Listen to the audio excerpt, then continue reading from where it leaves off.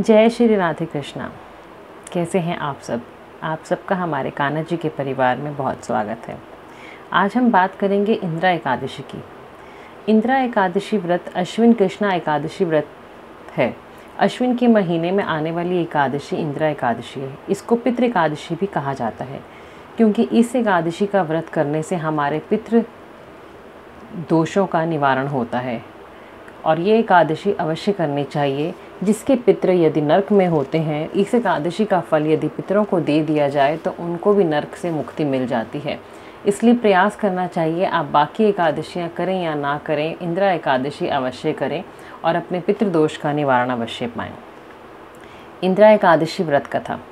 धर्मराज युधिष्ठिर कहने लगे कि भगवान, आश्विन कृष्ण पक्ष की एकादशी का क्या नाम है तथा उसकी विधि और फल क्या है, सो कृपा करके कहिए। श्री कृष्ण कहने लगे कि इस एकादशी का नाम इंदिरा एकादशी है। यह एकादशी पापों को नष्ट करने वाली तथा पितरों को अधोगति से मुक्ति देने वाली है। हे राजन, ध्यानपूर्वक इसकी कथा सुनो। इसके सुनने मात्र से वाजपेयी यज्ञ का फल प्राप्त होता है। प्राचीन काल में सतयुग के समय में महिष्मती नाम की एक नगरी में इंद्रसेन नाम का एक प्रतापी राजा धर्मपूर्वक अपनी प्रजा का पालन करते हुए शासन करता था।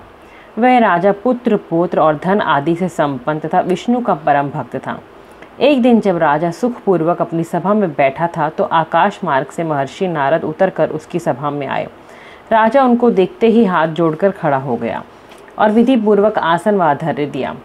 सुख से बैठकर मुनि ने राजा से पूछा कि हे राजन, आपके सातों अंग कुशल पूर्वक तो हैं, तुम्हारी बुद्धि धर्म में, तुम्हारा मन विष्णु भक्ति में तो रहता है। देवऋषि नारद की ऐसी बात सुनकर राजा ने कहा, हे महर्षि, आपकी कृपा से मेरे राज्य में सब कुशल है तथा मेरे यहाँ यज्ञ कर्म आदि सुकृत होते रहते हैं। आप कृपा करके अपने आगमन का कारण कहिए।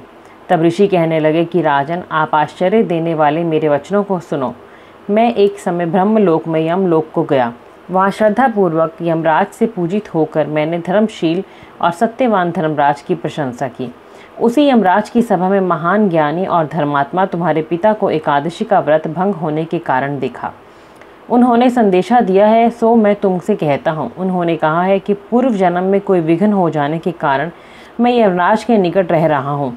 सो हे पुत्र, यदि तुम अश्विन इंदिरा एकादशी का व्रत करोगे जो कि कृष्ण पक्ष में आती है और उसको मेरे निमित्त करोगे तो मुझको स्वर्ग की प्राप्ति हो सकती है।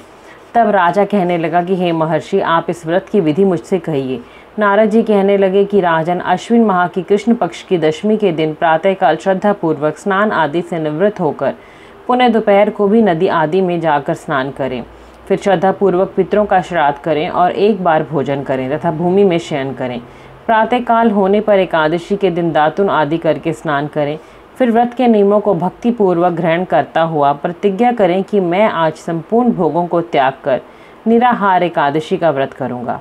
हे अच्युत, हे पुंडरीकाक्ष, मैं आपकी शरण हूँ, आप मेरी रक्षा कीजिए। इस प्रकार नियम पूर्वक शालिग्राम की मूर्ति के आगे विधि पूर्वक श्राद्ध करके योग्य ब्राह्मणों को फलाहार का भोजन कराएं और दक्षिणा दें। पितरों के श्राद्ध से जो बच जाए उसको सूंघ कर गौ को दें तथा धूप, दीप, गंध, पुष्प, नैवेद्य आदि सब सामग्री से ऋषिकेश भगवान का पूजन करें। रात में भगवान के निकट जागरण करें। इसके पश्चात द्वादशी के दिन प्रातःकाल होने पर भगवान का पूजन करके ब्राह्मणों को भोजन कराएं। भाई बंधुओं, स्त्री और पुत्र सहित आप भी मौन होकर भोजन करें। नारद जी कहने लगे कि हे राजन, इस विधि से यदि तुम आलस्य रहित होकर इस एकादशी के व्रत को करोगे तो तुम्हारे पिता अवश्य ही स्वर्गलोक को जाएंगे। इस प्रकार उपदेश देकर नारद जी तो अंतर्ध्यान हो गए। नारद जी की कथा अनुसार राजा द्वारा अपने बांधों तथा दासों सहित व्रत करने से आकाश से पुष्प वर्षा हुई और उस राजा का पिता गरुड़ पर चढ़कर विष्णुलोक को गया। राजा इंद्रसेन भी एकादशी के व्रत के प्रभाव से निष्कंटक राज्य करके अंत समय में अपने पुत्र को सिंहासन पर बैठाकर स्वर्गलोक को गए।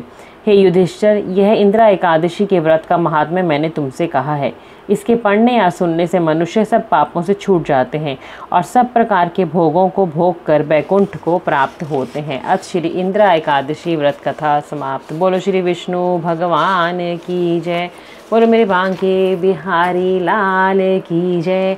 जय जय श्री राधे, जय जय श्री राधे, जय जय श्री राधे श्याम।